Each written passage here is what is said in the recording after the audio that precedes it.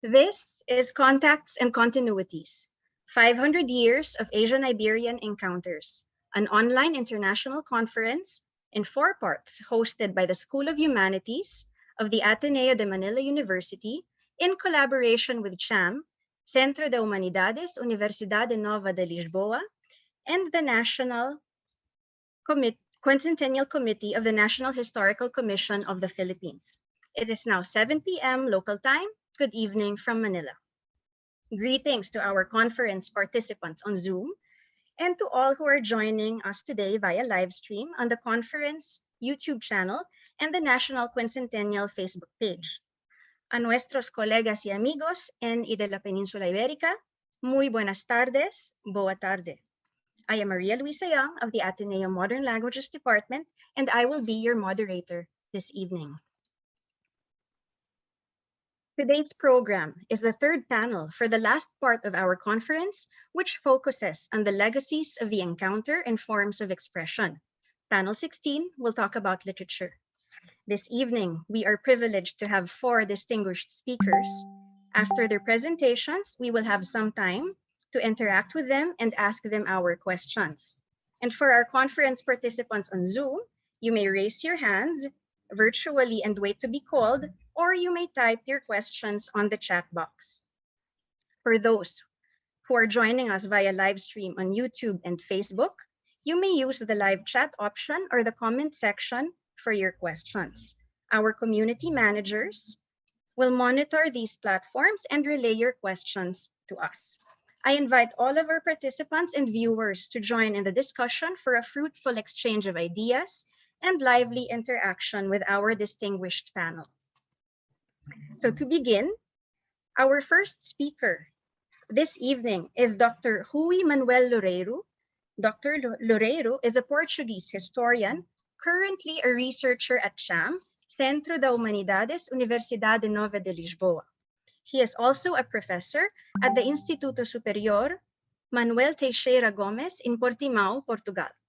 He has published widely on the European contacts in Asia in the early modern period and has a particular interest in travel writing. Today, he will talk to us about the Asian travels of Pedro Ordóñez de Ceballos, reality or fiction. Ladies and gentlemen, Dr. Rui Manuel Loureiro. Dr. Loureiro. Thank you, Luisa, for the presentation. My warmest greetings to everybody. I speak to you from the south of Portugal. It is a great pleasure to participate in this international conference based in Manila. In recent years, let me show you my PowerPoint. Can I share the PowerPoint? Yes, please, sir. Go ahead. Okay.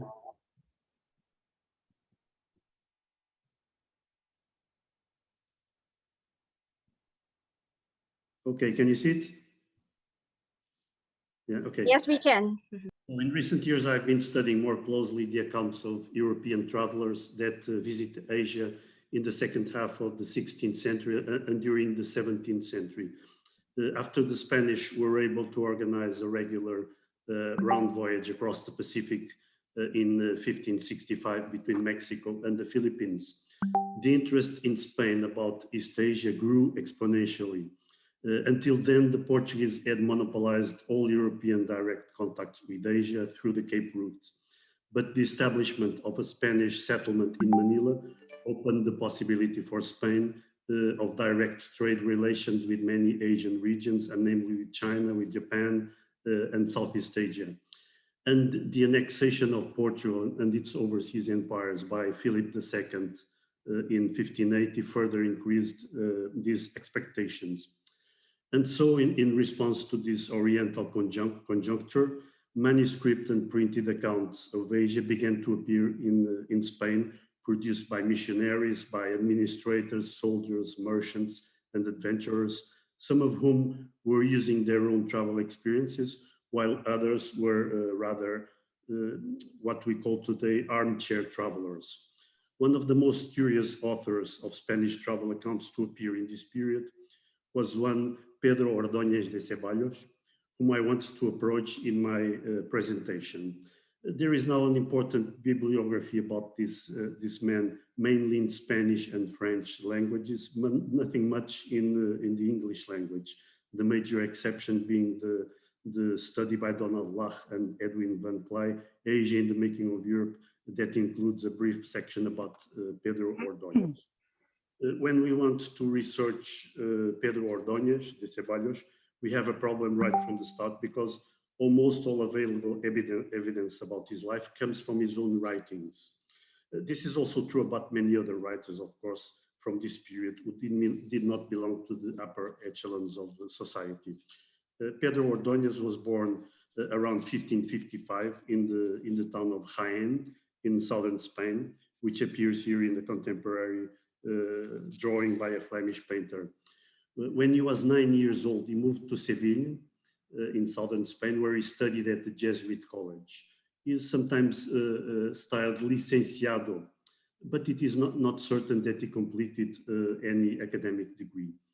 At the age of 15 or 16, he was forced to leave Seville, by his own words, because some sort of scandal involving a noble lady. We are in the dark about this episode. Pedro Ordóñez then embarks on a long period of travels and adventures that will last for 3 decades, and during which he claims to have traveled across most of the known world. In his own words, I traveled to the 4 parts of the world, Europe, Asia, Africa, America, and I touched upon the 5th, which is the Magallanica, the land of Magellan, or Incognita. Around 1604, after 30 years of travels and adventures, he was back in Spain. He settled in his native town of Jaén, where he lived the rest of his days until his death in 1636. We don't know what he did for a living besides dedicating himself to the writing and publishing of a series of books. His main works were published in 2 groups, the 4 more important works. In 1614, in Madrid, he published the Viaje del Mundo, or Travels Around the World, which I will explore in a few moments. And he published also in the same year the 40 Triunfos de la Santísima Cruz de Cristo, the 40 Triumphs of the Holy Cross of Christ. This is a collection of miraculous narratives. 14 years later, in 1628, this time in Jaén, at the printing house of Pedro de la Cuesta, he published 2 more books. One treatise of the true accounts of the Kingdom of China, Cochin China, and Champa, El Tratado de las Relaciones, and also an Historia de la Antigua y Continuada Nobleza de la Ciudad de Jaén, that is an ancient history and continued nobility of the city of Jaén. This is a collection of biographies and genealogies of eminent local figures, written with the collaboration of the well-known Spanish humanist Bartolomé Jiménez de Patón.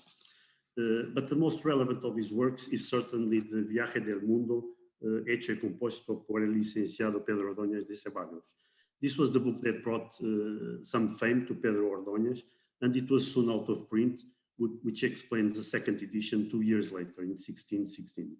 There are also some partial translations of this work in Amsterdam in the 1620s, in Latin, in French, and in Dutch.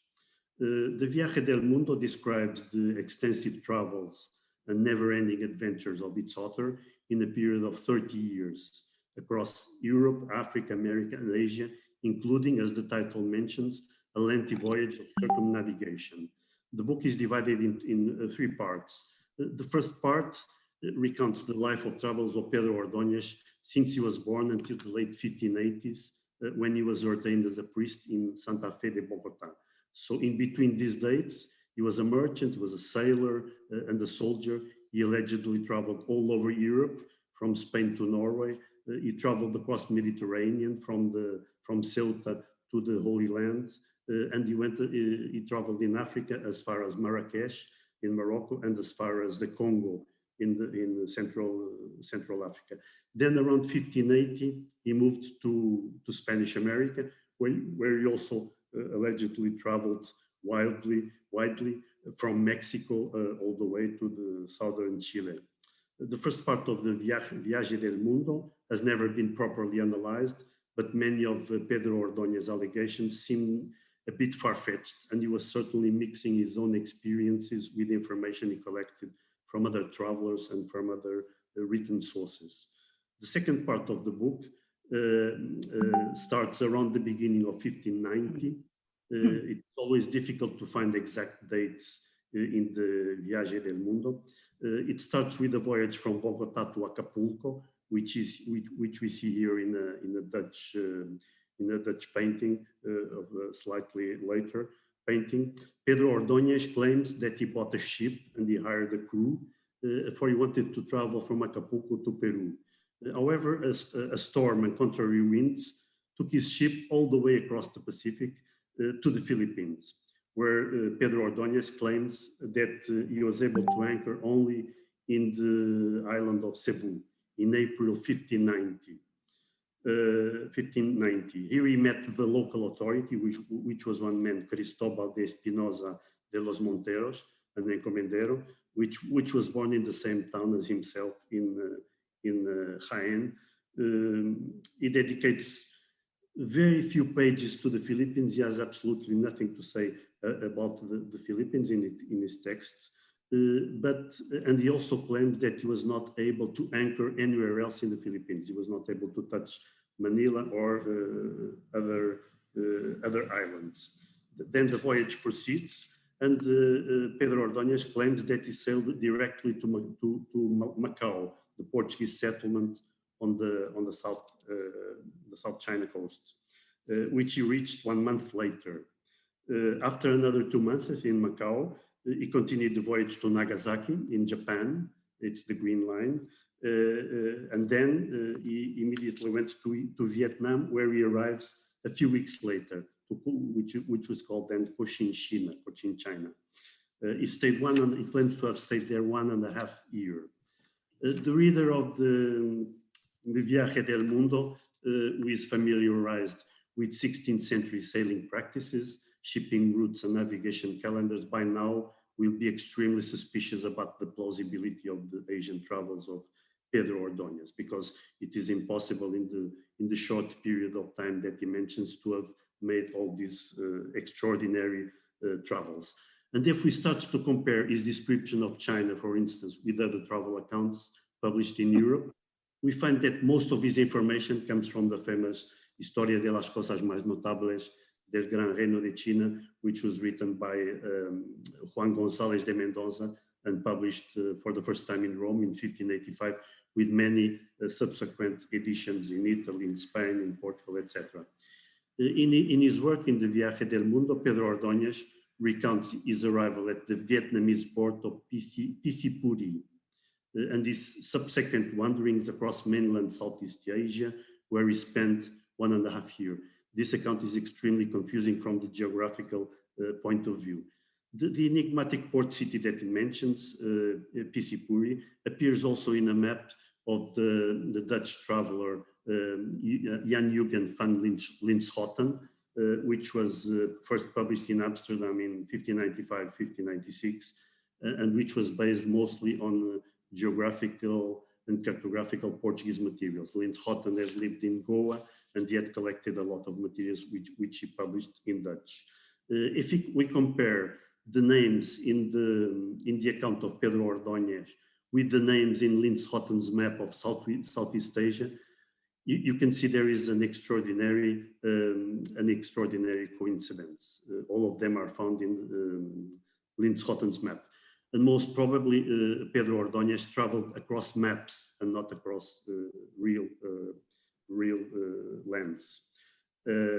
Two of his other sources and of inspiration, which we can find traces in the Viaje del Mundo, is the book by the Franciscan Marcelo de Ribadenera, which was well known, the Historia de las Islas del Arquipélago y Reinos de la Gran China, Tartaria, Cochinchina, Malacca, Siam, Cambodia, and Japan. We found a lot of information in Pedro Ordóñez's account, and also we found some traces of the Breve y Verdadera Relación de los Sucesos del Reino de Camboya, written by Gabriel de San Antonio. So the third part of the Viaje del Mundo resumes the voyage of Pedro Ordóñez.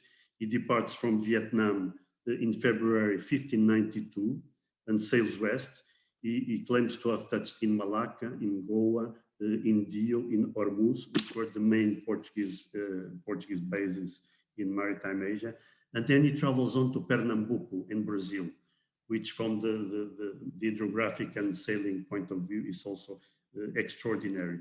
From Brazil, he travels south to Buenos Aires, and then across all of South America, he reaches Quito by a terrestrial way, where he lived another decade.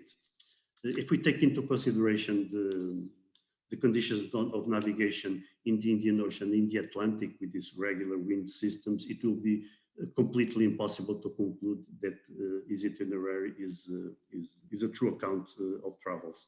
Pedro Ordóñez, once again, using written sources to complete his imaginary journey around the world. And this time he turns to the account of the Franciscan Martín Ignacio de Loyola, which in the early 1580s wrote an account of circumnavigation around the world, which was published in the book of Mendoza, that we mentioned earlier. The third part of this book includes the account of Martín Ignacio de Loyola, which inspires the account of Pedro Ordóñez de Ceballos. So I'm almost concluding. We see that on one hand, Pedro Ordóñez in his Viaje del Mundo uses a selected group of contemporary printed travel accounts and geographical accounts in order to build a fictitious autobiographic narrative that at the same time wants to be a sort of guide for Europeans about travel in all the known parts of the world, as seen from Europe, of course. On the other hand, Pedro Ordóñez offers us a magnificent textual puzzle, and this is the interesting point for me, where we have to labor to find out what part belongs to his own experience, what parts are taken from other authors, and what parts are completely fictitious. This is the fascinating work for the researcher, because of course Ordóñez did not complete all the travels that he claims. All in all, the Viaje del Mundo is a fascinating travel account, certainly worth of attention, that reveals to us crucial aspects of the cultural world of early modern Iberia in its connections with the Asian and American worlds. Thank you very much for your attention. Thank you very much, Dr. Loureiro. Very interesting, for the very interesting talk. Let me now share my screen once more. Our next speaker, Dr. Rocio Ortuño. Dr. Ortuño is a faculty member of the Department of Literature of the University of Antwerp. She has taught and researched in different universities of the United Kingdom, as well as at the University of the Philippines. She specializes in cultural and literary relations between the Philippines and Spanish-speaking countries, Philippine literature in Spanish, early 20th century Spanish poetry and songwriting in Spain.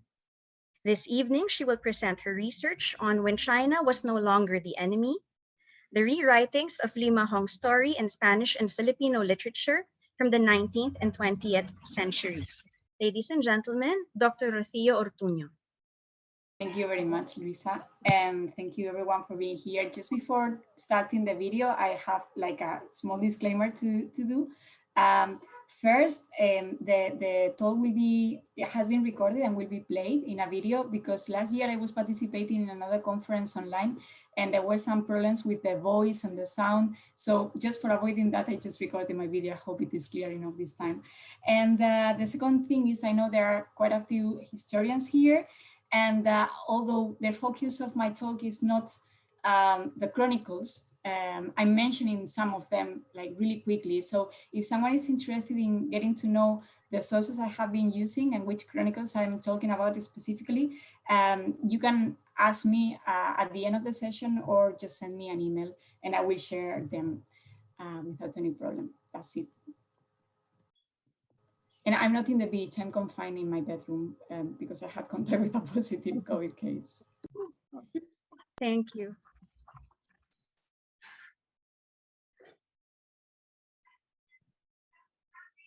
Good afternoon, my name is Rocío Ortuño. I come from the University of Antwerp in Belgium, and today I'm going to talk about the rewriting of post-colonial chronicles performed by three Filipino authors, two of them at the end of the 19th century and one of them in 1963. But before doing that, I wanted to review a bit what has been said about the rewriting of colonial texts in a post-colonial setting. So here we have a couple of ideas proposed by Derek O'Brien, who says basically that there are two ways or two options for engaging with colonial text in a post-colonial setting. One of them being a bit subversive in the writing, trying to restore the damaged image of the other. And the other way is trying to engage with the literary heritage of the colonizer, maybe implying admiration or strategic affiliation with those canonical authors. What we are going to see here today, I think, is that we would have to add some nuances to these ideas, because actually two of the authors are not writing in a post-colonial context itself. The end of the 19th century is still a colonial period in the Philippines, although their ideas are like embryonic of post-colonial ideas. And on the other hand, we are also going to see that these authors are not only engaging with the colonial text, but also with their own literary tradition. So this idea of the rewriting of historical colonial texts is not new, and it has been explored also in the Filipino tradition. So Christopher Smith-Nowara, has written about the dialogue that Rizal establishes with Antonio Morga in his edition of the Morga's Chronicles.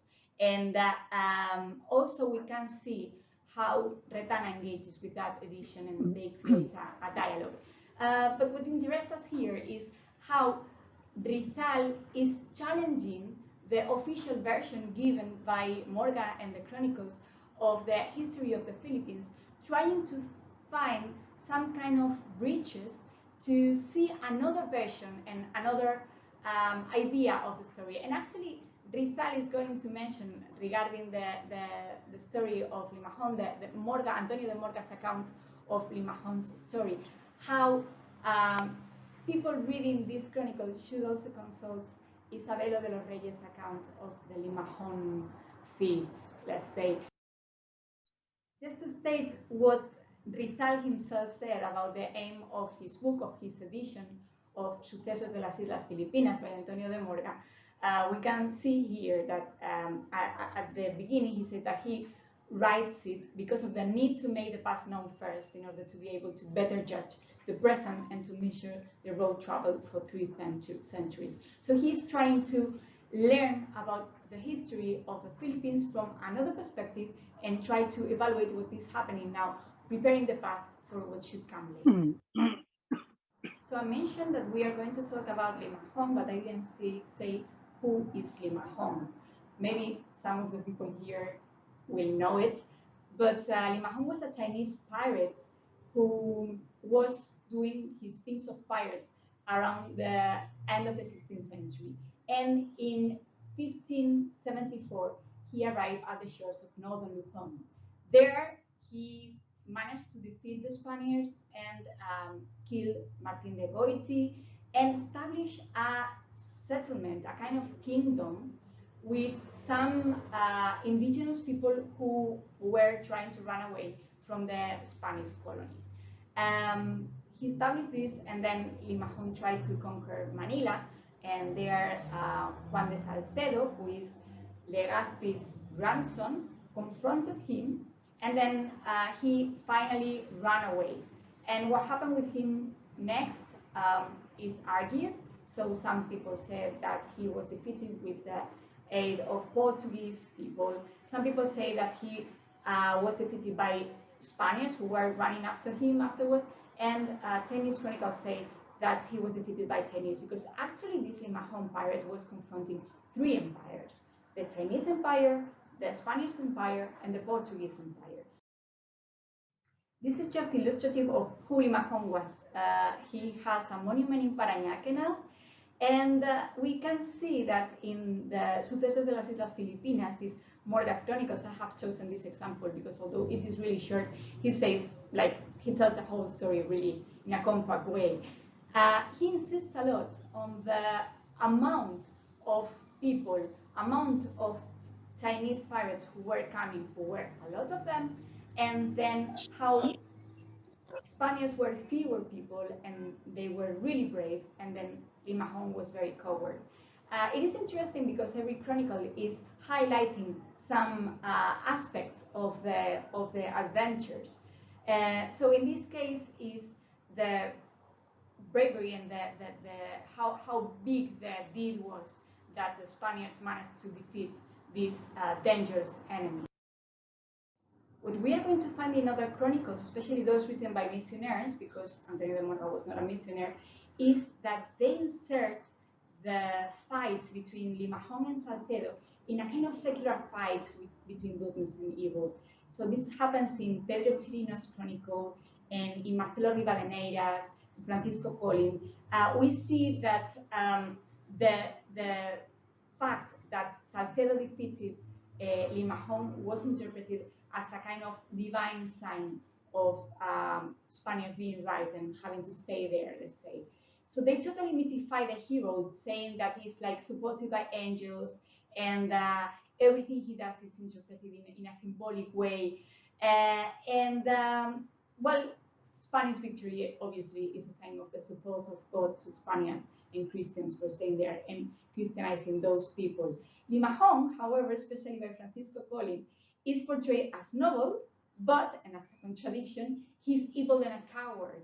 And for doing that, he uses a quote by Sallustus saying that he was of nobili genere natus, sed ingenio malum rauque fuit. This is interesting, right? And this is the material that these Filipinos are going to find for rewriting and remaking their history. Now, Limahong's story seems to be a key and an explored key in Filipino literature in Spanish. Why? Because for both Isabela de los Reyes and Cecilia Apostol is a first, let's say. When they first published something in their lives, it's about Limahong. So for Isabela de los Reyes, it's an article that he published in 1882 in Diario de Manila, although he inserts it later in his Artículos Varios, published in 1887. And he publishes this Historia de la Invasión China bajo Limahong en 1574. He was from Ilocos, and Limahong, as I said, arrived to North Luzon. It's around his area that he was active, let's say, before going to Manila and being defeated there. For Cecilia Apostol, he published in 1894 El Terror de los Mares Índicos in El Comercio, again a newspaper in the Philippines, and then he inserted it in Pentelicas in 1950. And although it has been repeated for many years that the last novel written in the classical era, or the classical times of Filipino literature in Spanish was La vida secreta de Daniel Espeña by Antonio Abad. Actually, I found in the UP Diliman library manuscript, it has never been published, of a novel. He says, he defines it as a half novel, half history called La Aventura de Limahong by Antonio Abad again. And it was written in 1963, and La vida secreta de Daniel Espeña was published in 1960. So we have here a new material, which is again a recount of the story of the pirate Limahong. So Isabela de los Reyes' version is really interesting because although he was still writing in a colonial setting under a Spanish colonial rule, and then we can find things like he's saying our troops when he's talking about the Spanish troops. He actually looks into gaps for seeing alternative versions of some of the things described by the chronicles, as we were saying about Rizal.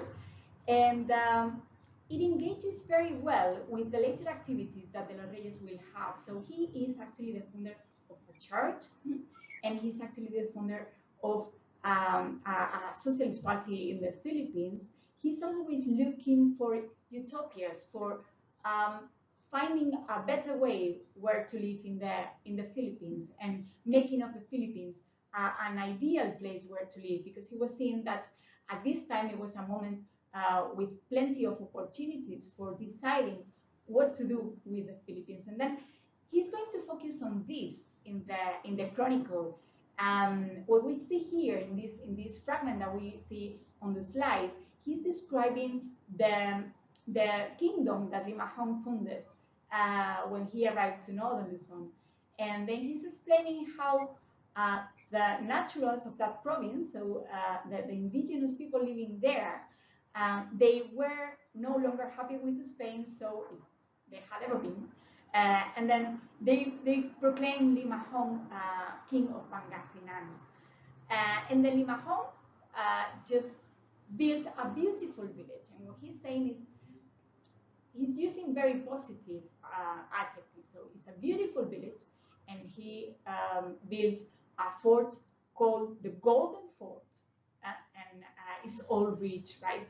And there 600 men could feed with their houses. And then in the middle of the second wall, he built a beautiful palace. And he's saying beautiful, hermoso, with very rich ornaments. And then he built a pagoda, also beautiful, with many ornaments and many lamps. Is describing this in a very positive and utopian way, right?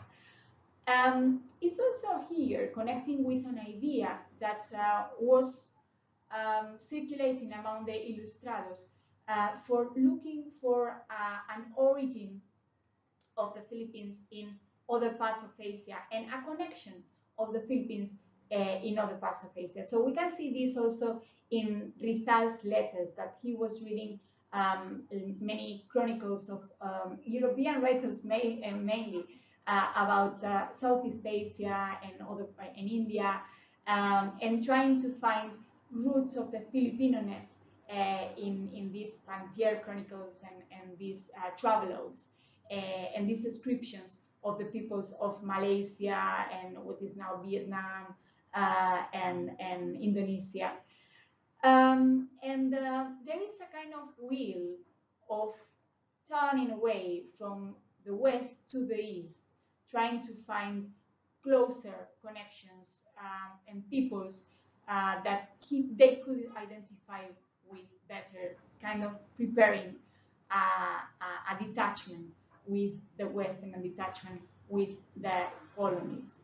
This is going to happen more obviously during the American colonization, this way of trying to engage with Asia, that, as you know, Japan will take this challenge and proclaim Asia for the Asians in this kind of Asian Monroeism, right? So more or less at the same time that Isabelo de los Reyes was writing his chronicle, there was a debate starting not only in the Philippines but around the world about the danger that the Chinese meant for the Western civilization mainly. And what we find is that the sentence, the phrase yellow peril is widespread around the second half of the 19th century in all the world. The yellow peril is a way of defining a horde, mass, faceless mass of people who are silently invading all the world and then challenging the Western values and the economy and the businesses. And in the Philippines, actually, they focus in this debate mainly on the businesses rather than on the traditions, etc.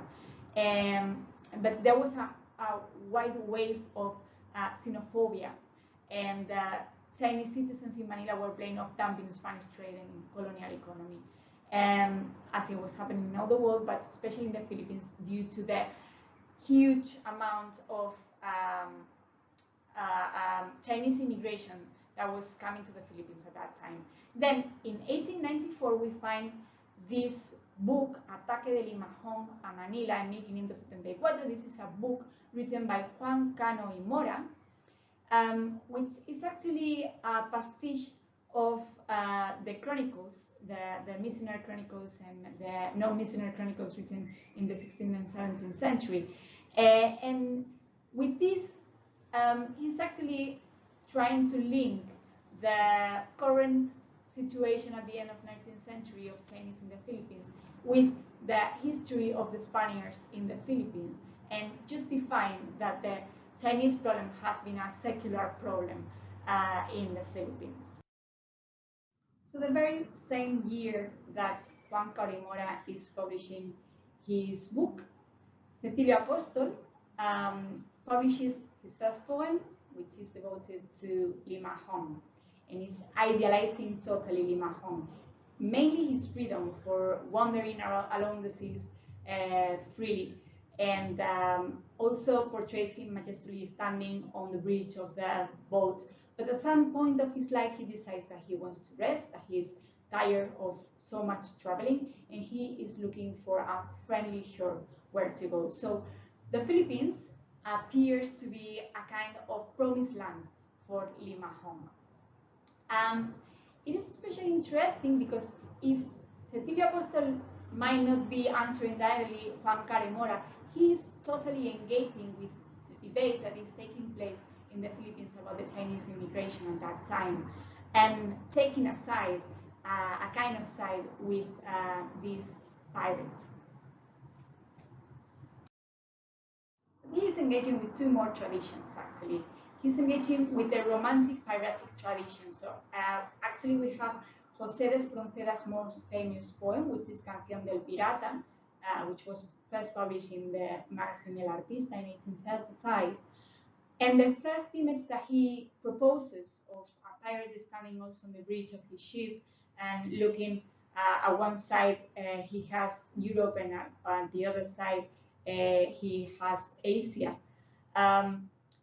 Is reminding us, even the vocabulary, the kind of poem that Cecilio Apostol wrote. This is actually not the first or not the most original poem about a pirate. It's a topic in the romantic tradition. It's also explored by Lord Byron in The Corsair in 1814. And it's this idea of romantic freedom that is embodied in the pirates. We used to have heroes in previous novels and poems who were shepherds, for instance, and in their romanticism we have this turning upside down the traditional idea of pirates being evil, and then praising them for being free, and opposing to established powers. And this is totally what happens with Limahong, who is, as we said, challenging three established powers, three empires by himself.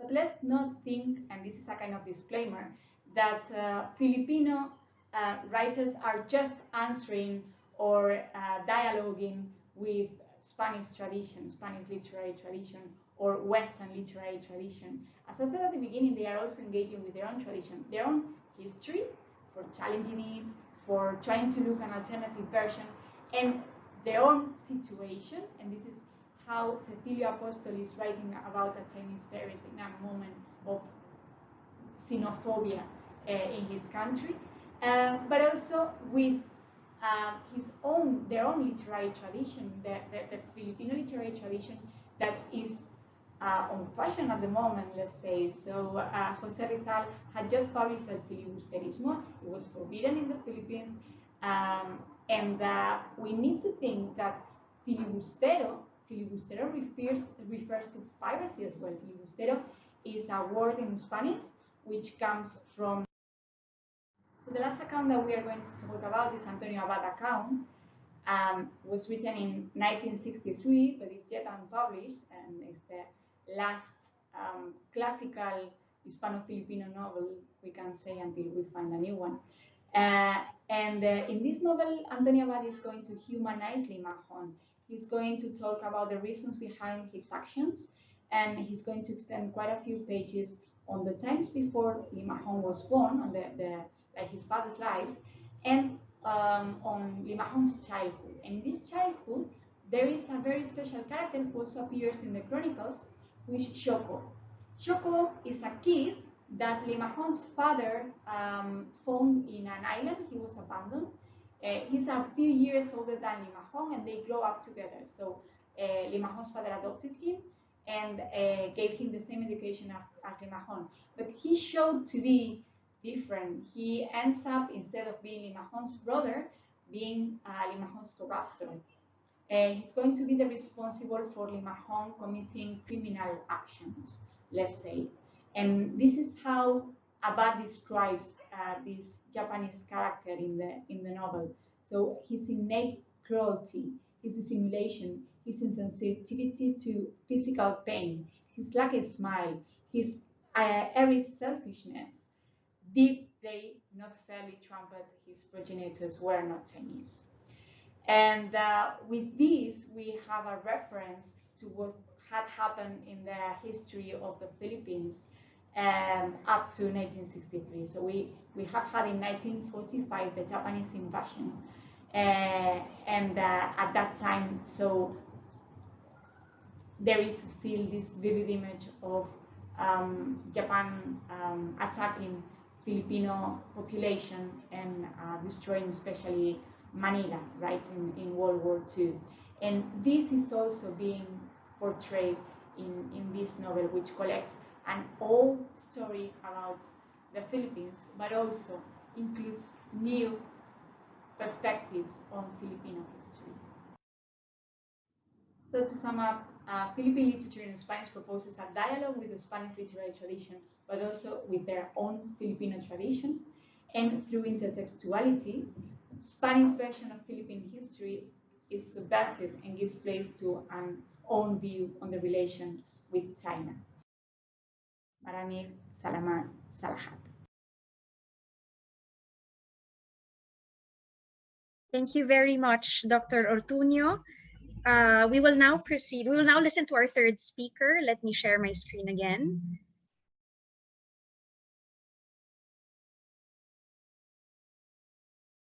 Okay. Our third speaker is Professor Wistan de la Peña. Professor de la Peña teaches translation and Philippine literature in Spanish at the University of the Philippines in Diliman. He is also a translator of literary and historical documents, and several of his publications were finalists in the National Book Awards in separate years. This evening, he will share with us his talk, From Conquistadores to Embajadores, Spanish Cultural Ambassadors and Phil-Hispanic Literature's Reimagining of España. Ladies and gentlemen, Professor Wistan de la Peña.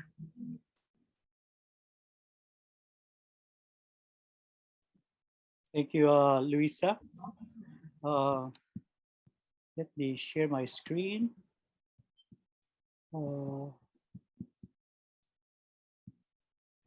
Okay.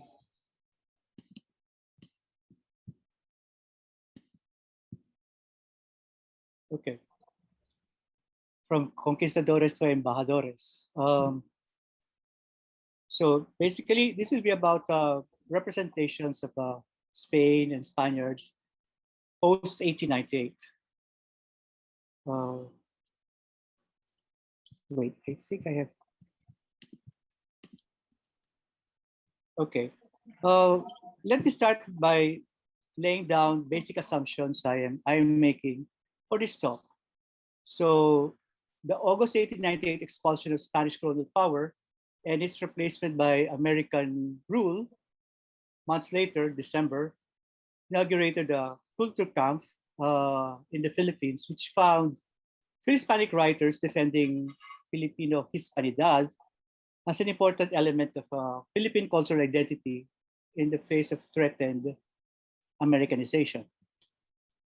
This Phil-Hispanic defense, which we find in the literature and in the newspapers of the time, represented España as a cultural mother, or Madre España, which is a shift from the negative tyrant images, or España Negra, used to portray Spain during the revolution and years before that.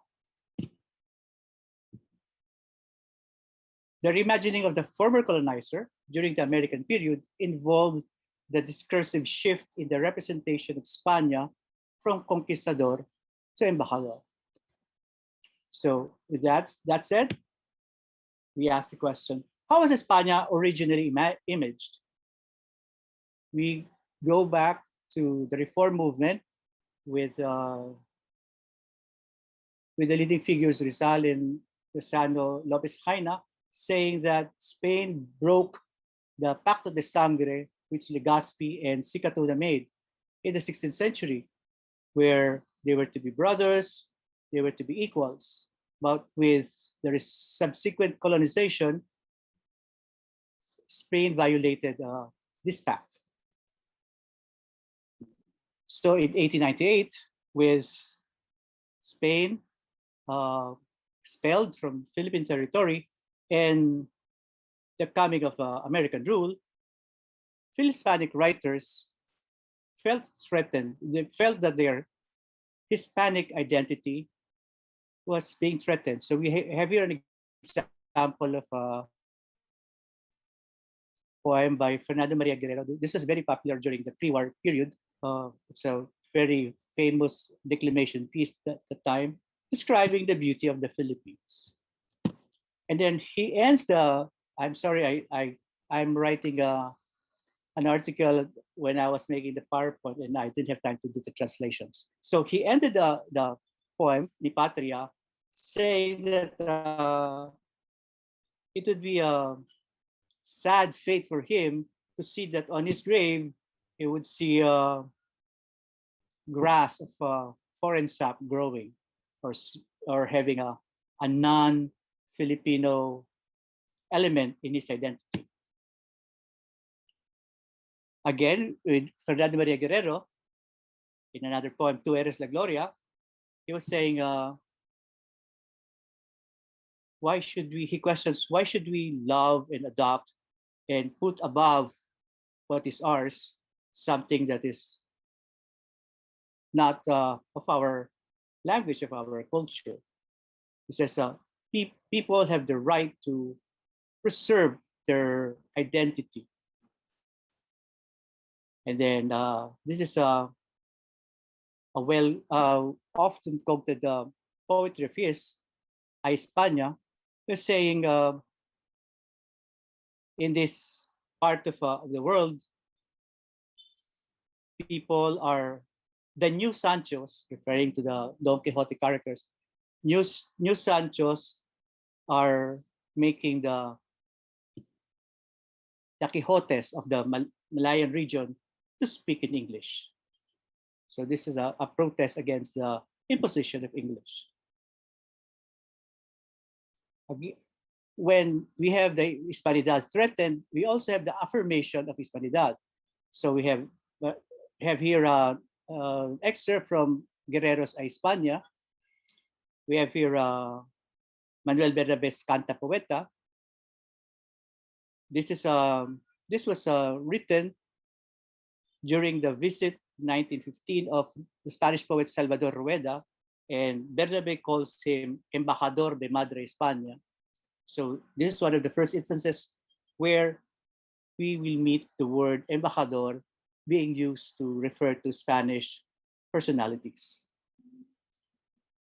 In the poem Filipinas España, we find here a case of Bernabe describing the Philippines and Spain in a mother and child relationship. This is where the shift begins, because from colonizer to colonized, Spain and the Philippines begin to be imaged as mother and daughter. And then the painful revolution that happened in 1896 to 1898 was represented not as a war of independence, but a process of childbirth. The pains of childbirth are difficult, but the joy of seeing a new life brought out in the world is reward enough. So the separation of the Philippines from Spain was during the American period started to be represented as the birth of a nation. So we have another poet, Cecilio Apostol, calling España Madre. And then again, this was in the poem A España Imperialista. This was also the occasion of Salvador Rueda's visit in 1915. Apostol, further down the poem, calls Spain the mother of 20 countries speaking her beautiful language. And the Philippines is included in one of those 20. Bernabe introduces a new concept. España was a pacifist country. In 1915, Europe was involved in the First World War, but Spain was not a participant, was not a belligerent nation. And so Bernabe uses it to describe that Spain was not a warlike country. He's saying it is no longer the crib of the Cid and Pelayo, the Invincible Armada, and all the violent incidents in Spanish history. Spain now is carrying an olive branch, a pacifist country. So these are just three of the literary personalities. Not all of them were writers. Some were scientists, but I'm focusing just on the literary characters. So Salvador Rueda, and then the novelist Vicente Blasco Ibanez, who even had the opportunity to speak before the Philippine Senate, and then Gerardo Diego. Jesus Balmori and Manuel Bernabe. In the picture on the right, we see Bernabe posing with Salvador Rueda. On the occasion of another visitors from Spain, Balmori and Bernabe would hold a balagtasan. More on that later. Parallel to Spain being a pacifist was the representation of the Philippines as a país hispánico, a Hispanic country. So Bernabe was saying, whoever curses you curses Spain, curses us. Whoever glorifies you glorifies us. And says the Philippines and Spain are united. And in the second part of the poem, we see here Bernabe saying the Philippines is a Spanish country in the Orient. So now we see more shifts. Spain as a conquistadora, and Spain now this time as a España Espiritual. So we see in Bernabe, again, Bernabe talking about the military victories of Philip II or Felipe II being nothing compared to the legacy left by Cervantes. And this legacy, Bernabe describes as spiritual. During the visit of Blasco Ibanez, the novelist, we find Bernabe describing him as the new Magallanes, new Magellan, and Filipinos as the Castilian Indios. If you look at the second excerpt, we see here references to the Hudson, the Andes, and the Pyrenees.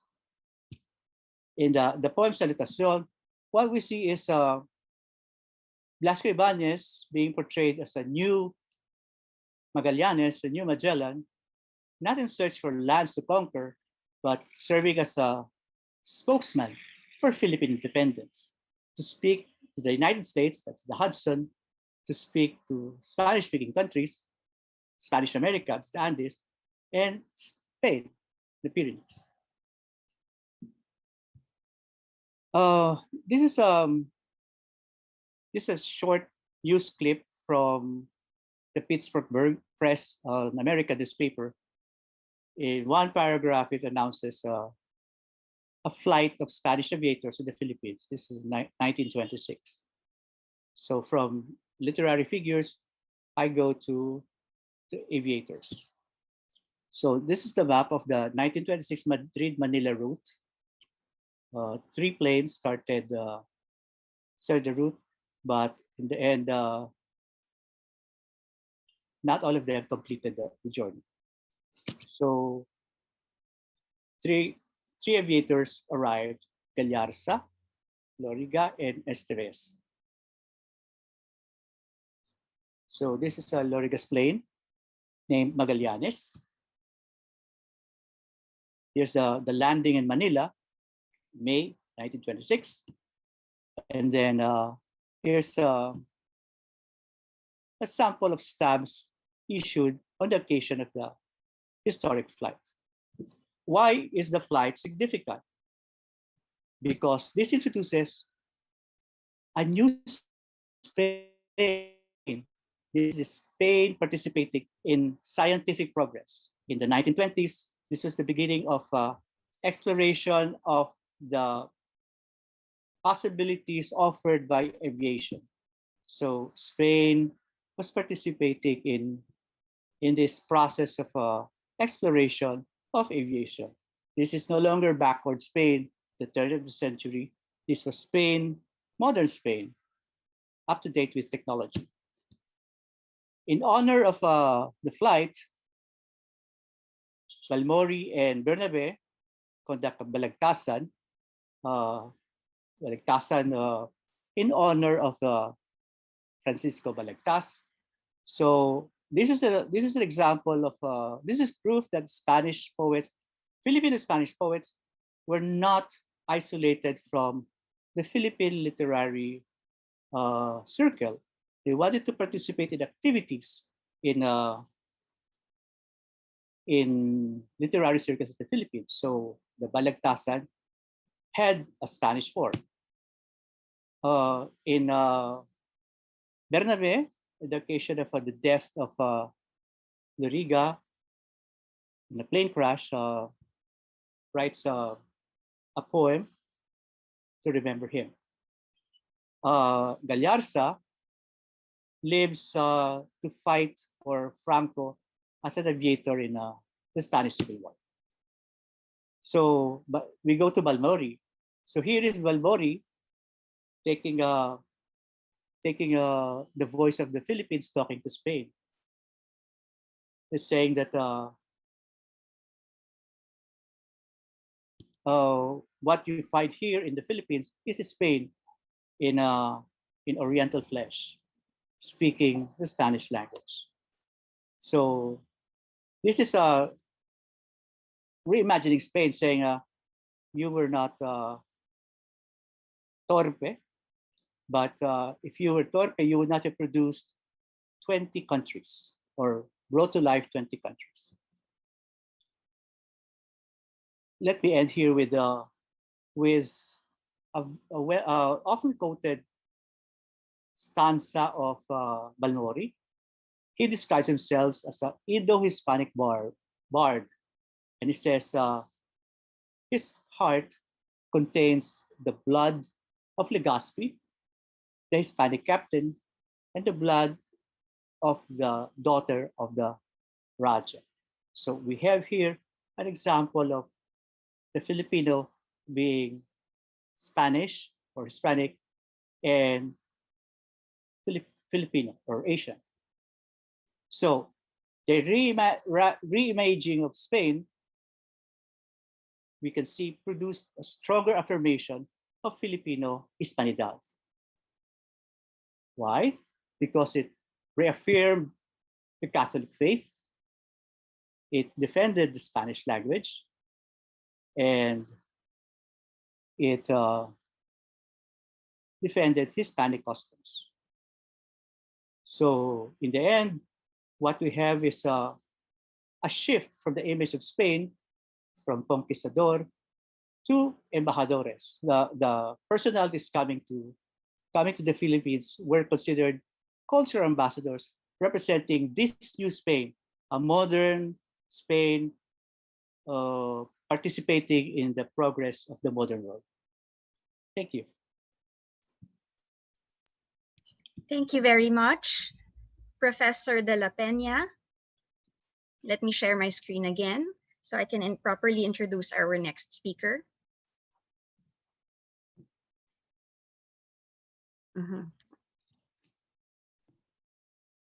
Okay, so our last speaker for this evening is Professor Paula C. Park. Dr. Park is an assistant professor of Latin American Studies and Spanish at Wesleyan University in Middletown, Connecticut. Her research and teaching interests are Latin American literature and culture, as well as Philippine literature in Spanish and English from the 20th century. She focuses on exile writers, Orientalism, Asian diasporas, Trans-Pacific studies, and sound studies. This evening, she will share with us her research, An Impossible Reconquest, reconsidering the reception of Modernismo and Salvador Rueda in the Philippines. Ladies and gentlemen, Dr. Paula C. Park. Thank you very much for the introduction. I'm going to share my PowerPoint now. Okay. So first of all, I would like to thank the conference organizers for inviting us to think about the many cultural encounters between the Philippines and the Iberian Peninsula. And in my case, as a more of a Latin Americanist, the links between the Philippines and Hispanic America by way of Spain. Before I begin, I would like to point out two things, that whenever I say modernismo in my presentation, I refer to Hispanic American modernismo, and two, that I employ two definitions of reception in the subtitle. With reception of modernismo hispanoamericano, what I mean is how Hispanophone Filipino writers were fervently reading various Hispanic American modernista writers and adopting and adapting various modernista concerns and aesthetics. With the reception of Salvador Rueda, which Dr. Wistan de la Peña has already talked about, an important Spanish writer at the turn of the 20th century, I refer not only to the fact that Hispanophone Filipino writers were also avid readers of Rueda's work, but also how Rueda himself was welcomed in the Philippines during a 5-week visit that he completed in the year 1915. And for the sake of clarity, I let you know in advance that the three sort of protagonists that I will be talking about in my presentation are Salvador Rueda, whom you already know from the previous presentation and whom I also just briefly introduced, Nicaraguan Rubén Darío, one of the key writers of Modernismo and the one who in fact coined the term Modernismo in a Hispanic American context, and Manuel Bernabé, also mentioned by Dr. Wistan de la Peña, one of the most important known Hispanophone Filipino poets of the 20th century. So with that, I begin, and I apologize that some of it will be repetition from the previous presentation, but hopefully that's something of a warm-up of a dialogue later on. Okay, so in March of 1916, the Philippine Review announced the death of Rubén Darío on the other side of the Pacific in the writer's native Nicaragua.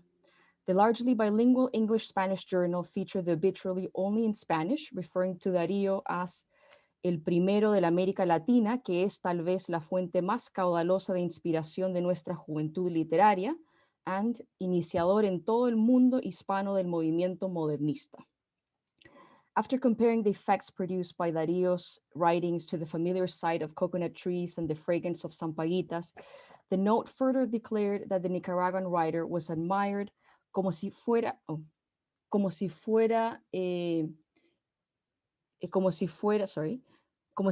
una gloria propiamente filipina, tan nuestro espiritualmente como de la América Latina.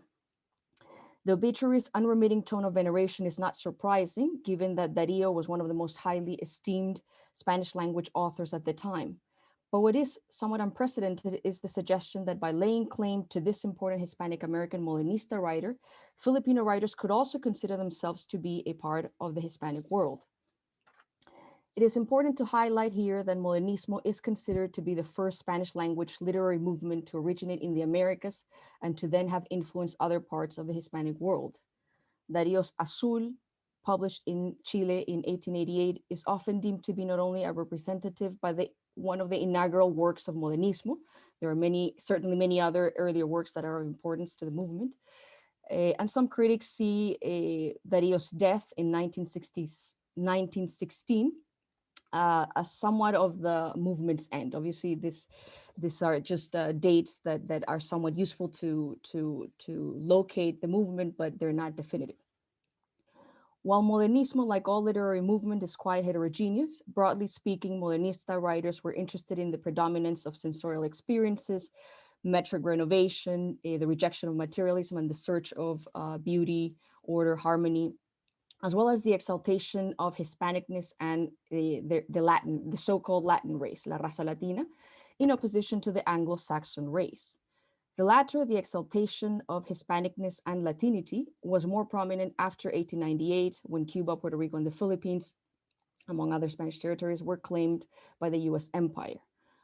Although one could argue that at its core, Modernismo has a Eurocentric orientation, considering that Modernista writers were greatly inspired by French Parnassianism and symbolism, I am interested in how Modernismo undoubtedly marked a clear beginning not only of new aesthetic possibilities in the Spanish language, but an attitude that changed how Spanish intellectuals viewed writers from the former colonies of the Spanish Empire. I rely a lot on the work of critic Alejandro Mejías López, who argues that Modernismo forever shifted the geopolitics of Spanish language literary production in the world. Quote, "Far from a case of mere literary influence, Spanish-American Modernismo radically altered Spain's literary field, transformed and modernized literary expressions in Spanish, and stripped Spain of its linguistic authority, the very core of its imperial identity. In doing so, Modernismo moved the cultural center of the Hispanic Atlantic westward to America," end quote. Mejías López goes so far as to contend that Modernismo resulted in something like an inverted conquest, and this is the title of his 2009 monograph. The phrase inverted conquest is one that Mejías López borrows from Venezuelan writer Manuel Díaz Rodríguez, who employed it towards the beginning of the 20th century to assert concretely, more specifically, that it was time for Spanish intellectuals to acknowledge the forceful originality of Spanish-American writers following the Modernismo craze, or we could call it, that had reached Spain from the 1880s onwards. Mejías López embraces the idea of an inverted conquest by studying in more detail how established and emerging Spanish writers and intellectuals at the end of the 19th century could not resist the lure of Darío, especially in 1892, when Darío visited Spain for the first time for the commemoration of the 4th centenary of Columbus's arrival in the Americas. Among those Spanish writers who enthusiastically supported Darío was Salvador Rueda, whom you see here. Notably, in 1892, the same year Darío was fervently welcomed and hailed as mentor and teacher in Spain at this 4th centenary of Columbus's arrival to the Americas, Rueda published a collection titled En Tropel, Cantos Españoles, with a prologue poem by none other than Rubén Darío. So if in years prior it was considered an honor for a Hispanic American poet to be introduced by a Spanish writer, from 1892 onwards, the reverse was possible. Darío was the one offering a stamp of approval of the older Rueda. Now let us return to the Philippines, where Hispanophone writers were likewise fascinated by Darío and other Hispanic American Modernista poets. Modernismo's reach in the Philippines is widely reflected in intertextual allusions to the most emblematic, not to say superficial elements of Modernismo, sad princesses, faraway kingdoms, and the color blue, all of which hint at Darío's prosas profanas and his earlier aforementioned Azul. And here I give you an example of a play written by Filipino writer Jesus Balmori, which is titled La Princesa Triste and alludes clearly to a poem by Rubén Darío.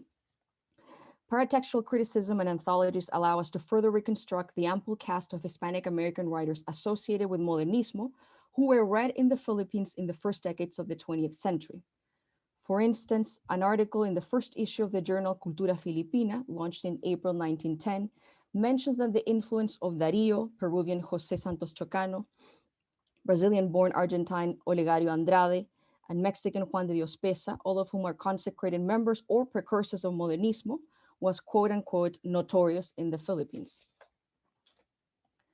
Eduardo Martín de la Cámara's anthology Parnaso Filipino, published in Barcelona in around 1922 or 1923, and arguably the most comprehensible volume of its kind, and Literatura Hispano-Filipina, a less rigorously organized yet still bibliographically useful volume edited by Anastasio Guillén Villena from 1929, repeatedly mentioned, most of these volumes repeatedly mentioned that Filipinos held Hispanic American Modernista writers in high esteem. In particular, there are ample mentions of Darío and Peruvian José Santos Chocanos as figures of inspiration. So in what follows, I want to further Mejías López's argument on the inverted conquest within the Spanish language world of letters by considering some of the attempts in the first decades of the 20th century to shift the center of authority back to Spain. For this, I focus on Spanish writer Salvador Rueda's visit to the Philippines. So as I anticipated earlier, Rueda went to the Philippines in 1915, and he went as an official representative of Spain. This was but what's interesting is that this was part of a series of trips that Rueda was making at the time to various former colonies of Spain, namely Puerto Rico, Cuba, Argentina, Uruguay, and Mexico, in order to, quote, strengthen the spiritual ties between Mother Spain and her distant daughters, end quote. And these are Rueda's words. Rueda's mission was arguably to reconquer the former colonies, but spiritually, through language and culture.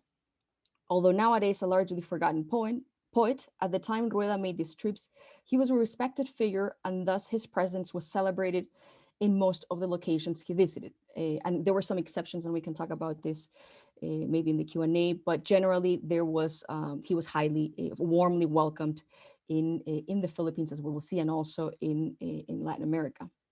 In Havana, for example, he was declared poet of the race, poeta de la raza, while on the day he arrived to Buenos Aires, the crowds who received him were reportedly so huge that traffic in the city came to a complete halt. This is what Rueda remembers at some point.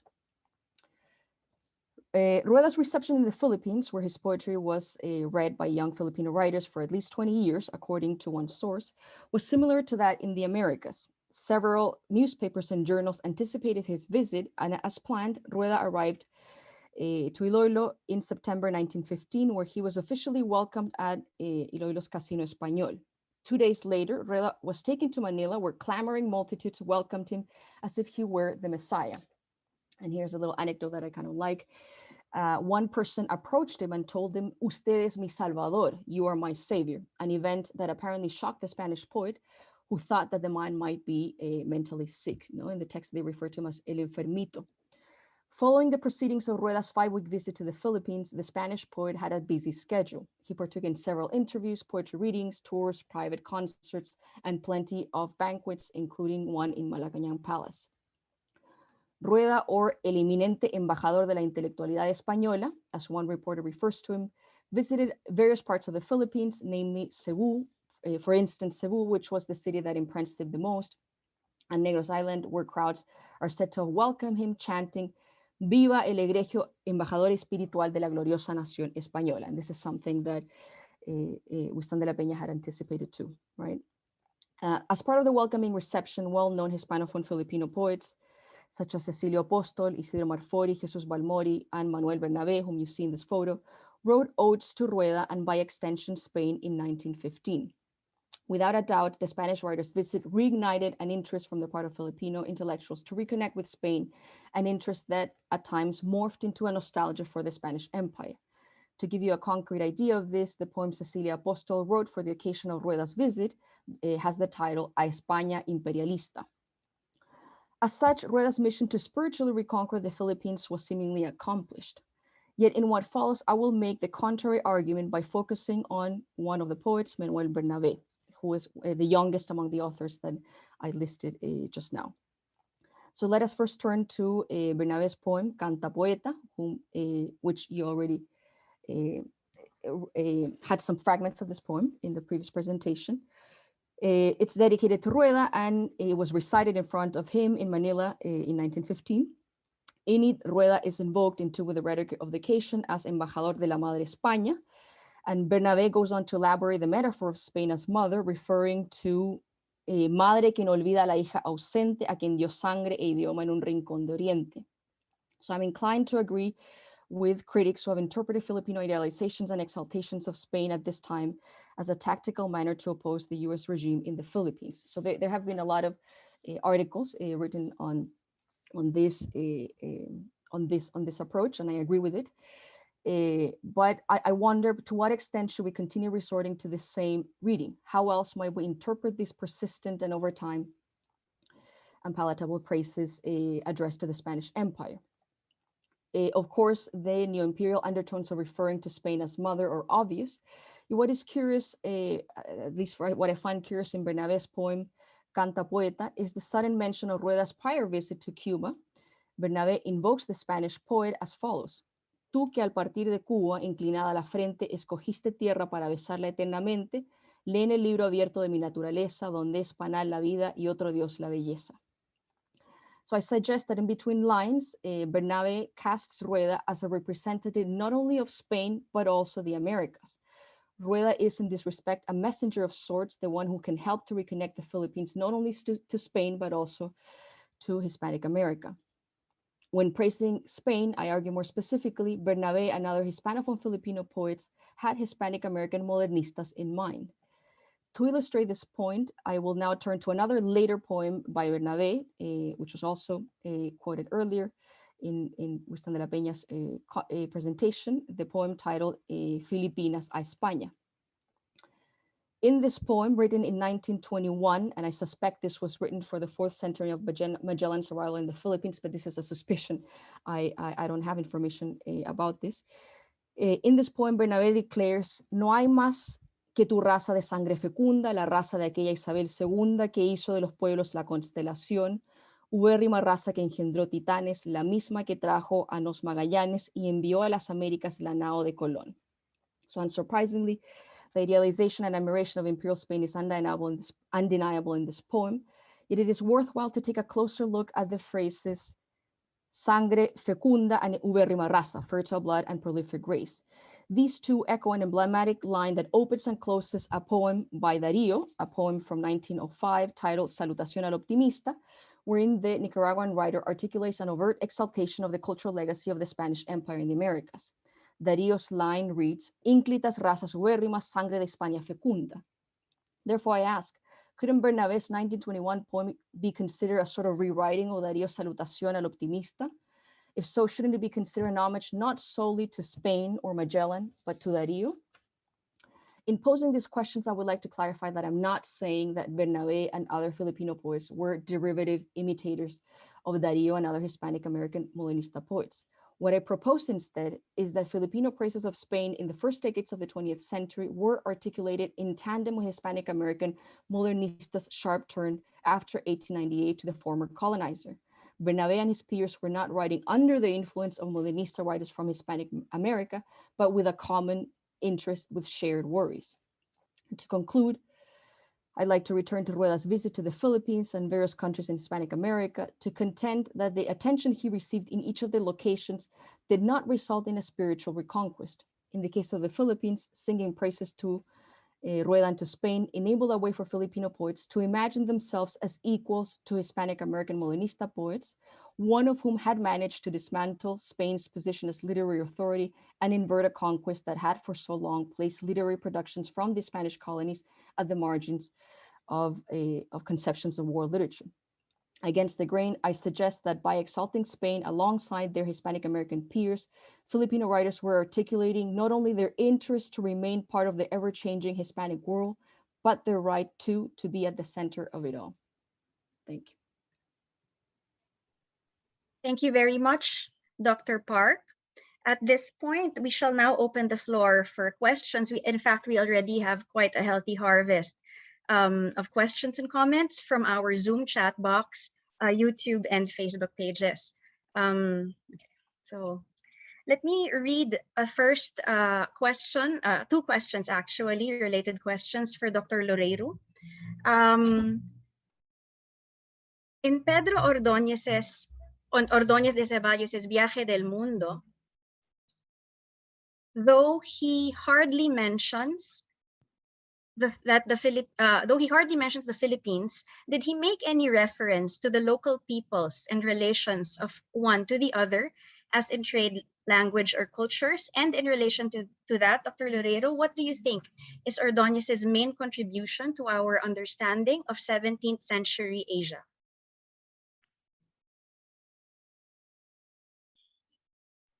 Okay, should I answer immediately? Yes, sir. Okay, many thanks for the question. So Ordóñez has just a few lines in this book, the Viaje del Mundo, has just a few lines about the Philippines, and concretely about the Cebu, which he styles pintados.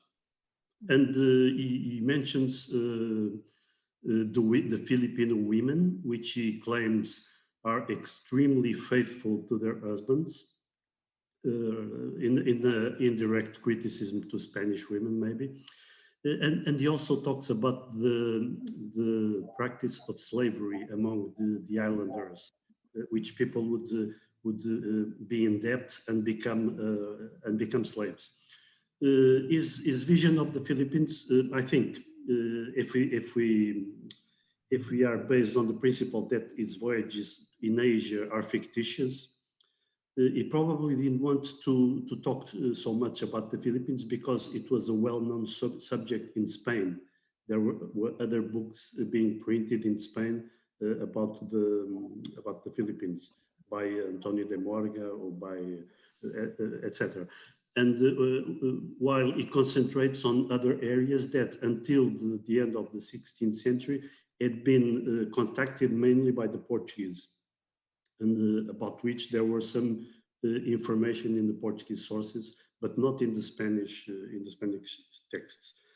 So his information, in all, his information about Asia, it's fantastic. It's huge because he speaks a little bit about everything.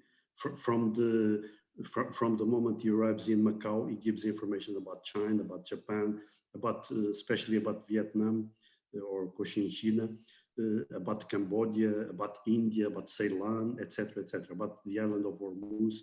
But most of 90% of this we can pinpoint to preceding sources, to other texts.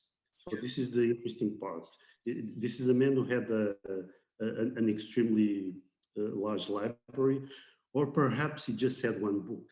There is a very similar, a great similarity with the work of one Italian writer called Giovanni Botero, who in the late 1590s published in Italian a book called Relazione Universale, which was a sort of compilation. And we can find many of Pedro de Ordóñez's descriptions of Asian regions in Botero's texts.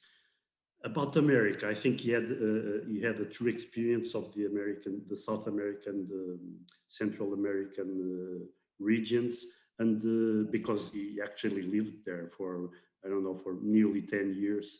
And there are some documents in the Quito in Peru archives testifying that he was a known personality there. About Asia, I think all of these descriptions are imaginary, not imaginary, but secondhand. Okay, thank you, Dr. Loureiro. Our next question is for Dr. Ortuño. Thank you for reintroducing us to the character of Limahong. Why did Filipino writers return to the story of Limahong? What was it about his history that was so attractive to them?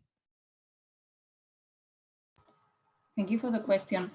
I think for Isabelo de los Reyes, it was that Limahong stayed mainly in the north part of Luzon, and he was from Ilocos. So it was something also related to his place of birth. So being one of these ilustrados of the end of the 19th century, and it's very nice being with a Filipino audience who doesn't need an explanation of what an ilustrado is. He was just in this environment of reassessing the history that had been given to them by the Spaniards and by the chronicles. And I think that beginning with Limahong was just natural because it was a character which was a part of the history and the legend of his region, right? Regarding Cecilio Apostol, I think it has to do with, and it's what I was trying to explain in the video, it has to do with the environment, the kind of debates that were going on at that time in the Philippines regarding the Chinese people. It was a big debate which was all the time in the newspapers, and they even published books compiling articles on the Chinese issue. La Oceanía Española, this newspaper, published one of those books, and there were different books published about that. So it is a kind of reaction against this, or it seems to me to engage as a reaction to this kind of accounts and discussions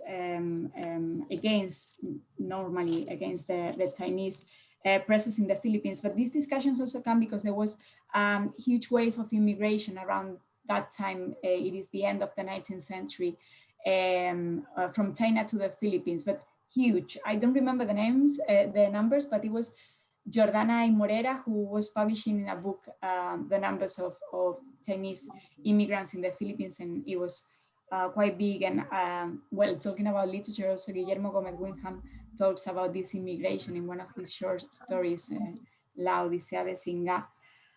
But around that time in the 1890s, so the poem is from 1894, they also republished some chronicles, some like Spanish chronicles about the Philippines. So they republished the Juan de Medina Chronicle, and they republished, well, Rizal prepares this edition, commented edition of Antonio de Morga's Chronicle in 1890. So it is all engaging with the discussions in the Philippines about the Chinese and the reassessment and rereading of Filipino history as portrayed by Spaniards at that time, I think. Thank you very much. For Professor de la Peña, how did pre-Civil War Spain receive the Filipino poets' works? Or were the poets just talking to themselves? How did they, I'll repeat the question now. How did pre-Civil War Spain receive the Filipino poets' works? Were the poets just talking to themselves? How did they receive the reimagination of Spain as madre? Okay. My research basically tackles events, publications in the Philippines. Unfortunately, I have not been able to access writings of Spanish poets writing about Filipino poetry. I do know that in the 1940s, Spanish poets were praising Bernabe as an impressive poet from the Philippines during a presidential visit in Spain. But pre-Civil War, that would be I'm sorry, but that would be a good area for research. Another idea. Yes. Okay. Thank you, sir. Perhaps Professor de la Peña and Dr. Park can talk about Salvador Rueda. Who were the modernista writers that Filipinos were reading?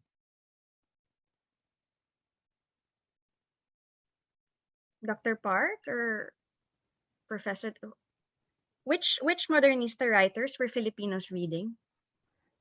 Sure. So I mean, definitely Rubén Darío, as we saw, that there is this homage to him when he dies, but the other one that I mentioned and I didn't get to very much is José Santos Chocano, Peruvian poet who was also very well received in Spain. So what's interesting here is that really Modernismo seems to arrive to the Philippines at many times by way of Spain. I mean, they're reading publications from Spain. So Jose Santos Chocanos was published a lot there, and in fact the poem that a Professor Wistan de la Peña quoted, Blasón, is kind of like some critics have analyzed how it's kind of like a rewriting of a poem by Jose Santos Chocanos, also titled Blasón, which is somewhat similar. Instead of Indo-Hispano, the idea there is that he's Inca and he's Spanish, right?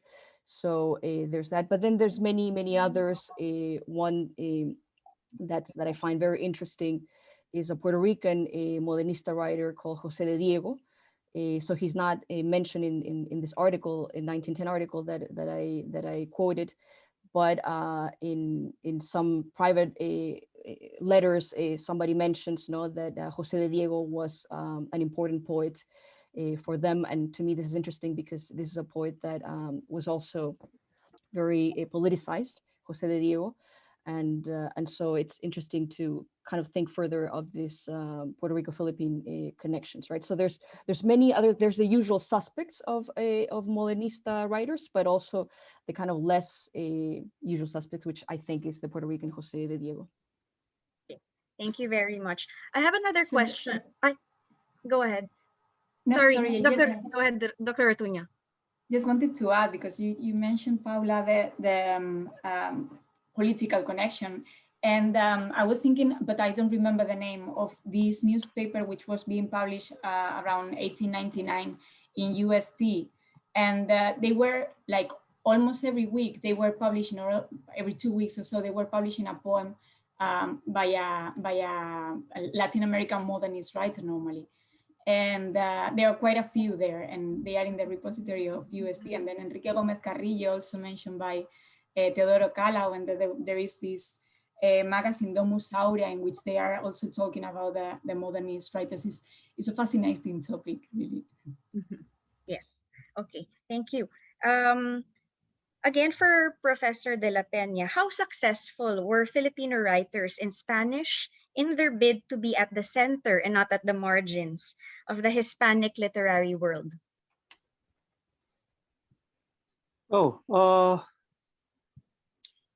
Meaning at that time, Mhm.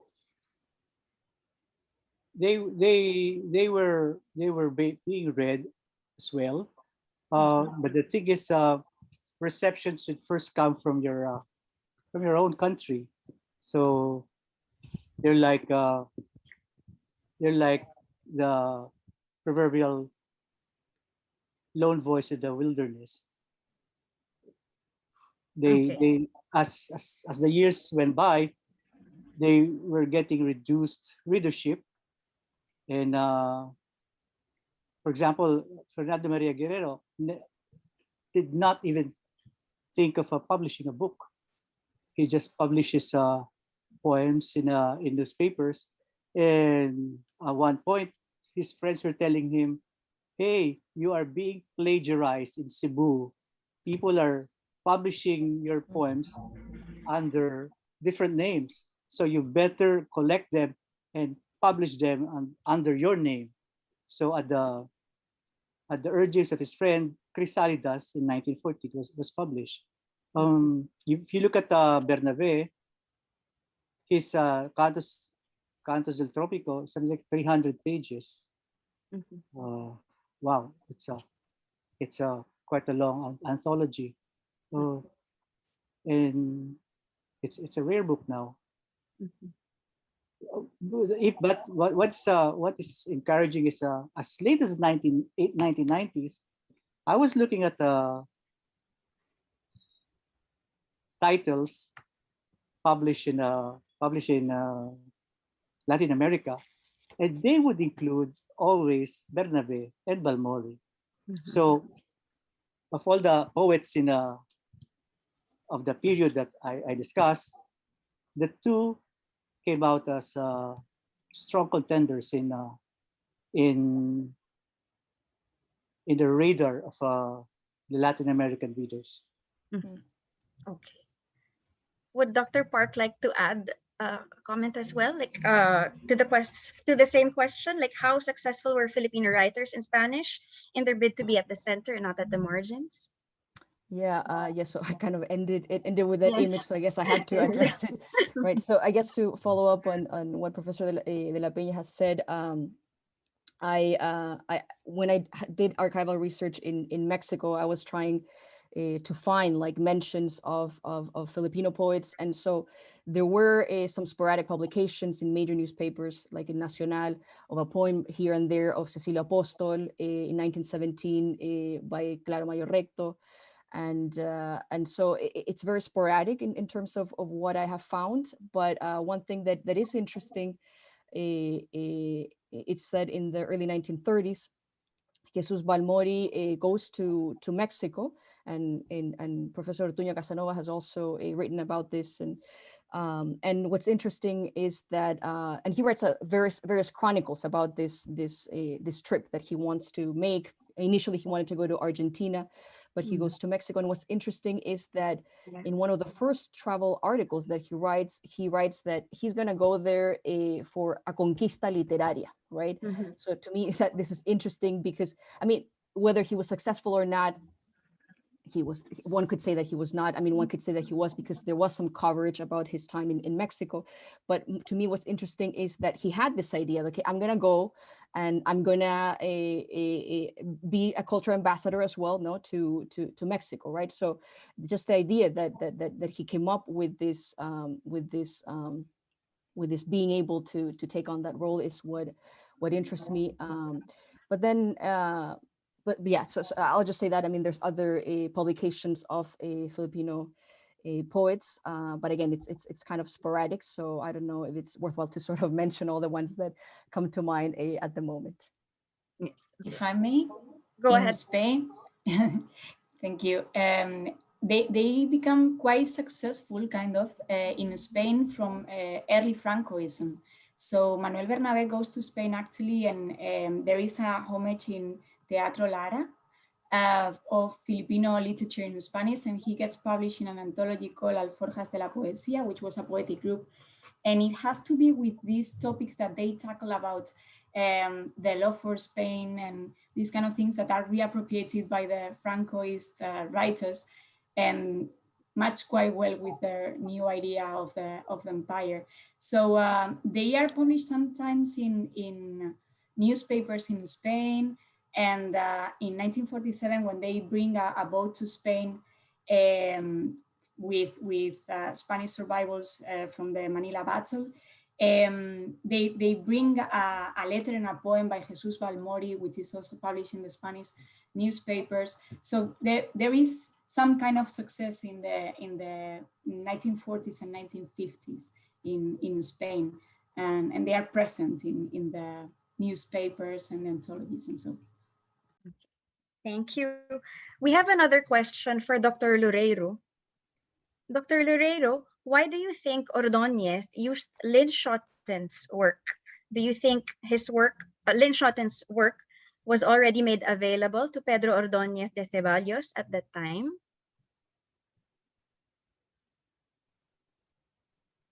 Okay. Can you hear me? Yes. Yes, perfectly. Okay. I'm not sure if Pedro Ordóñez got his hands on the Lynn Schotten's Itinerário. The Itinerário was published in Dutch. Perhaps this was not a very popular language in Iberia in 16th and early 17th century. But there were translations in Latin and also translations in French of the Dutchman's book. But my argument is not, perhaps there is not a direct connection with Lynn Schotten, but with the maps that Lynn Schotten used, which were of Portuguese origin. The problem with Portuguese maps is that there are a lot of maps of Asia, many of them very accurate, but throughout the 16th century, they were not published. Portuguese maps only were published indirectly in Northern Europe by people who got their hands on these maps. And most of them circulated in manuscript. So perhaps as Pedro Ordóñez was interested in these geographical matters, etc., perhaps he got his hands on a copy of some of the Portuguese maps directly through Lynn Schotten. The curiosity with Lynn Schotten's map, it's all the toponyms are coincident, are the same, both in Ordóñez and sometimes with the same orthography in Ordóñez and in Linschoten. But Linschotten's map, of course, was Portuguese of Portuguese origin. So this is perhaps something that has to be researched here. Yes. Okay, thank you. Another question for Dr. Ortuño. Which parts of Apostol's poem or which imagery in the poem suggests that Limahong, the persona, is thinking of the Philippines as the land of rest for him and not China? The persona's monologue recounts his falling out with the Chinese emperor. Yeah, well, actually, they are. He's fighting with the Chinese emperor, and it is said at the end of the poem. Let me look for it. But I just wrote like a couple of stanzas of the poem, but it is a poem which has several pages, and at the end of the poem, there is like a couple of stanzas talking about that he is looking for the Philippines and that he is getting there. If you want, you can keep on with the conversation and the discussion with other questions, and I will post it in the chat, like the stanza where it is said. Okay, so I have, okay, will do. Another question for Dr. Loureiro. Can you comment on Siglo de Oro Comedias Históricas, which were inspired by Ordóñez's travels, de Alonso Remon, Francisco de Guadarrama? Was the Philippines represented on stage in these comedias? Oh, I don't know about this. This is okay. Okay, all right. Okay, all right. So let me see, because there's a very healthy harvest of questions here. For Dr. De La Peña, so apparently the golden, for Professor De La Peña, apparently the golden age of Spanish literature in the Philippines was when the country was no longer a Spanish colony. How would you account for the rise of the Spanish language during this period? That has been always asked. Simple. The intelligentsia, who were Spanish speaking, looked at the Hispanic culture as their identity. They studied, they trained in Spanish, they thought in Spanish, they wrote in Spanish. So with the imposition of English, they felt that this cultural element in their identity was being threatened. So the production of a lot of writings in Spanish was a response to the Americanization of Philippine society, and plus the fact that the defense of the Phil-Hispanic cultural identity required the use of Spanish as a language of discourse. Thank you. For Professors Park, De La Peña, and Ortuño, this is from our Dean. No? What is the future of Philippine literature in Spanish? Or is there a future for Philippine literature in Spanish? Perhaps you would like to comment on that. Or maybe Professor De La Peña, do you think Philippine literature, and what is the future of Philippine literature in Spanish, if any? A parallel question is, what is the future of the readership of Philippine literature in Spanish? Mm-hmm. So why would we write when no one would read us? Mm-hmm. But I ask a different question. If the problem is one of language, why not tackle the language? So if Philippine literature in Spanish has to have a future, it has to be found in translation. The works have to be translated. The works have to be studied. So translation plus study, and plus the fact that the literature in Spanish should not be studied apart from the entire corpus of Philippine literature. So when we read Bernabe, we should read Bernabe as much as possible alongside Nick Joaquin or Shoni Jose. We should not read Apostol as like an island. We should treat Philippine literature like Philippine geography. It's an archipelago. So if we have to read, if you have to read Rizal or all the other writers in Spanish, we read them alongside the other writers in the other languages. Because we're not talking of a Philippine literature. What we have is Philippine literatures. It's sad that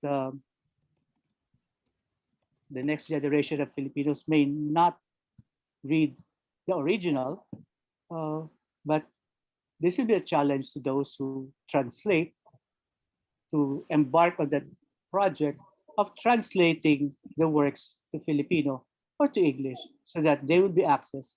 The works will be accessed to a future generation of Filipinos. Yes, I completely agree. No, it's a responsibility on those of us who can translate, understand and translate to do so. Thank you. Any other comments from Dr. Ortuño, if you would like to add, or Dr. Park? Yes, so I totally agree with Mr. de la Peña for the Filipino context. In the European context, what we are doing is now we have a project for creating a MOOC on Filipino literature in Spanish, and we are connecting it with other Hispanic literature. So what is interesting for us, it would be interesting for us from some Filipinos in Europe, in France, in Belgium, and in Spain, would be having Filipino literature being taught in European universities, because we think that it completes the puzzle of Hispanic literature, actually, and it is important. And we have some projects and some things to do with that. A part of that was a course on Filipino literature in Spanish that we were having in Madrid last week, actually. And it is basically for getting people who are teaching other literatures in Spanish, like Latin American literature. So imagine that there is a teacher of Latin American modernismo in a Spanish or a French university. So they have also knowledge of what is happening at the same time in the Philippines and how that also fits in their area of knowledge, and they can show it in their classes. And I think and I hope that there is another part of a future for an international audience of Hispano-Filipino literature, and also digitization. So yeah, like books of Filipino literature in Spanish are rare, and it is important, and they are difficult to find outside the Philippines and even inside the Philippines. So if they are digitized, they are preserved and they can be translated and they can be read. So I think these are two things that we are working with outside the Philippines. Thank you so much. And follow up, Dr. Park? Yeah, I mean, I guess I will only add, but to answer your question, I do think that there are many futures, in plural. And I agree that that a lot of it is in translation. It can be a very slow process. Just to give an example, so Jesus Balmori's novel, Los Pájaros de Fuego, was published in 2010, and now there's a translation that is coming up. Ignacio López Calvo, who is somebody who has specialized in Asia, Latin American connections, is working on a translation with somebody else. So I think that's slowly bearing a lot of fruit. And just to highlight one more thing that Rocio has said, that I do think that a lot of it is also in the hands of us as teachers, so that it's not only something that we do in scholarship, but that we include it in our curriculum, and to do it not as an exotic novelty, because I think that's where it sometimes it can be introduced, but kind of have like from the get-go like an attitude of like, okay, oh, that's so interesting that Asians are speaking Spanish. I think there's something that we need to do to sort of de-exoticize this idea, and to, as Rocio said, to teach it alongside Latin American literatures. I think just to sort of emphasize what has already been said. Okay, thank you very much. And I had just a short comment. Yes, sir, go ahead. About what Professor Rocio Ortuño said about the study of Philippine literature in European universities.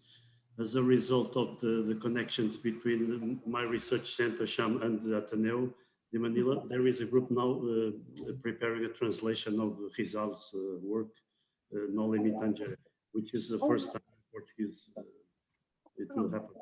Oh, wow, thank you. So now, so Rizal will then be read by the Portuguese public. That's good news. That's good news. Thank you, Dr. Lorero. Before we end our open forum, I don't know if Dr. Ortuño has found what Yes. he wanted to share. Yes. Yes, Again. so it is quite long, and there is actually no specific mention to the Philippines itself, but in the context of the poem, when it is saying, it's talking about like how the emperor has like offended him and expelled him from China. And then he says, like, basically, I'm just paraphrasing. He says that Limahong is also the emperor of the ocean, but he doesn't drop on going back to China. But however, and then it makes a break, right? And he's saying that that he is afraid of the solitude of the sea, and then he has a nostalgic wish of land. And then starts describing Hermosa Tierra, Tierra Suspirada, and these stanzas in which he is describing the land, for me are quite similar to the poem which comes right before in Pentélicas by Cecilio Apostol, which is about his patria, his motherland. And he's talking about the perfume jungles and the nymphas, and there are a kind of imaginary which is associated to some descriptions of the time and of the same author of the Philippines. But it is true that it can be read in another way, and it can be read as China. It is a bit about the context in the poem and the context in the book that I was interpreting that it was the Philippines. And because it stops when he's running away from China, and the next which comes in the history is that he gets to the Philippines. So thinking of that is, my interpretation came from there. Okay, thank you very much. One last, if you can just allow me one last question. This is from the Facebook page of the NHCP. Do you see that with internet and instant translation, there could be a rebirth of contacts between Latin America, Spain, and the Philippines, so that Hispanidad will be defined differently? I think it should be Paula. Sorry, Paula, about Hispanidad. okay. I mean, Rocio is the digital humanities a scholar, Anybody, yes. but I guess I definitely think that for sure internet is helping out. I mean, even a conference like this, I think Nikki had mentioned in one of the emails that there was there were attendees, from all over the place, of course, as well the presenters, but in terms of popular culture, I think there's also an interest in Chabacano, like popular productions, right? So I think there's a lot that can go on from that angle. Mm-hmm. And actually, the MOOC that we are planning to translate it, well, to have subtitles in English and Filipino. So hopefully, because it will be originally in Spanish, hopefully it can contribute there as well. Yeah, regarding automatic translation, I see more problems with the literature because it can help with knowledge and with newspapers, for instance, but I am not so sure, although automatic translation these days is developing really fast and is getting like really high quality. I still see some problems, and probably Winston can talk more about this as a translator that he is for translating poetry with an automatic translator. Maybe I'm a bit romantic about this. I don't know. Mm-hmm. I share your opinion, actually. Yes. Okay. I have to read. I said that was the last one, the second to the last one. Have to read the comments from our YouTube channel. And if any of our panelists would like to comment, please do so.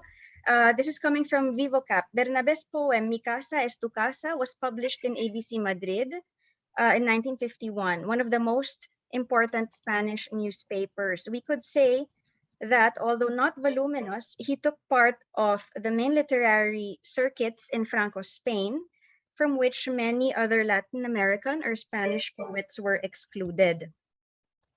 Another comment from YouTube, from DC Cord. Sorry. Yes, go ahead. Yes, go ahead. About this poem, Mi Casa es Tu Casa, is actually the same one which was published afterwards in this antología, Alforjas para la Poesía. And it is very related to Pemán, Conrado Blanco, very prominent Francoist literary figures or cultural figures, let's say.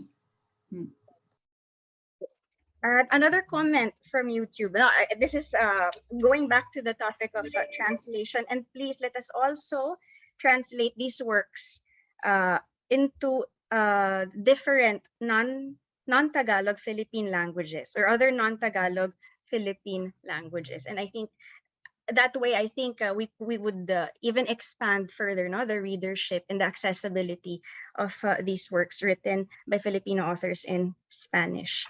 So I guess that wraps up our lively panel discussion.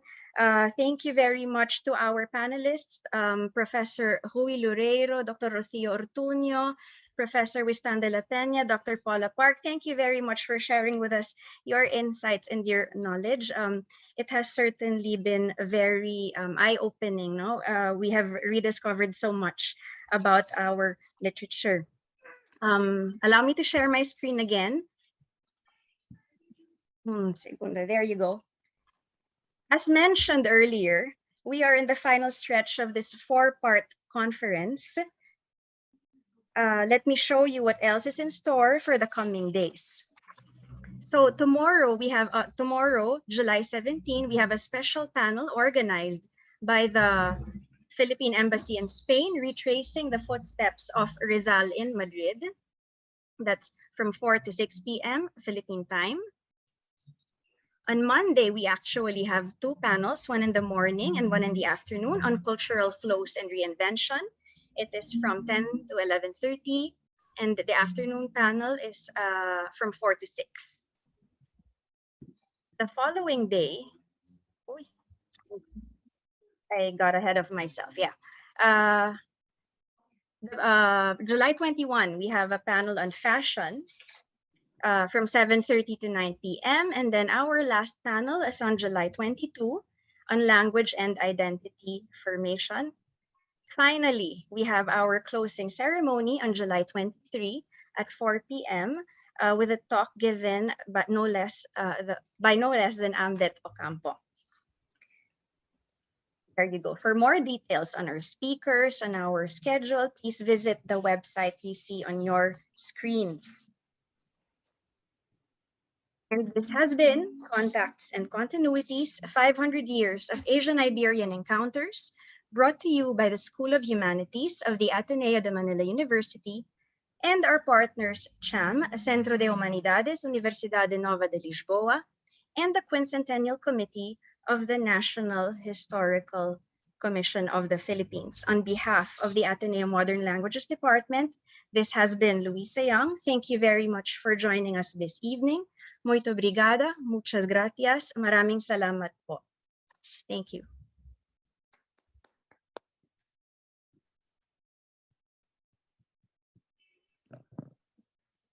Live stream da, Vince.